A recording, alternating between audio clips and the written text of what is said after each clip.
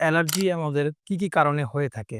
তার মধ্যে প্রধান কারণ হচ্ছে অনেকের ক্ষেত্রে দেখা যায় অনেকে অনেক ধরনের খাবার খেলে অ্যালার্জি হতে পারে। যার মধ্যে আছে চিংড়ি মাছ, তারপর হচ্ছে বেগুন। এখন আপনাকে বের করতে হবে যে আপনার কি খাবার খেলে আপনার অ্যালার্জি হতে পারে। যেসব খাবারে আপনার অ্যালার্জি হতে পারে তা আপনাকে অবশ্যই পরিহার করতে হবে। দ্বিতীয়ত আমাদের আ শরীরে যে মরা চামড়াগুলো আছে সে তা প্রতিনিয়তই আ খসে পড়ে যায় এবং আমাদের বিছানা, চাদর এবং আমাদের কার্পেটগুলোতে পড়ে।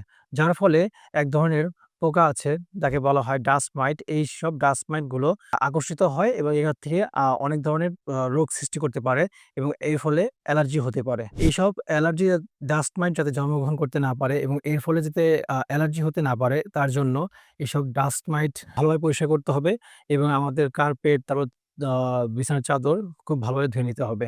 ৪ নাম্বার হচ্ছে যাদের আ অতিরিক্ত গরম লাগে, আ যার ফলে তার চামড়াটা স তার যে চামড়াটা সবসময় শীতল থাকে এবং এর ফলে আরো বেশি বাষ্পীভূত হয় গরমের ফলে এবং তার দেখা যায় যে প্রচুর পরিমাণে পানি বের হয় শরীর থেকে এবং ঘাম তৈরি হয়।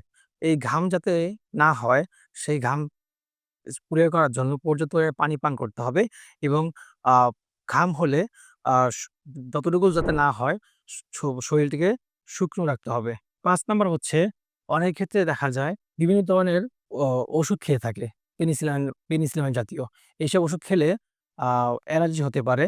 আ তাই এইসব ওষুধ খাওয়ার আগে অবশ্যই ডাক্তারের পরামর্শ নিতে হবে। এখন এইসব অ্যালার্জি যাতে না হয় তার জন্য ডাক্তাররা বিভিন্ন ধরনের অ্যান্টিহিস্টামিন জাতীয় ওষুধ দিয়ে থাকে।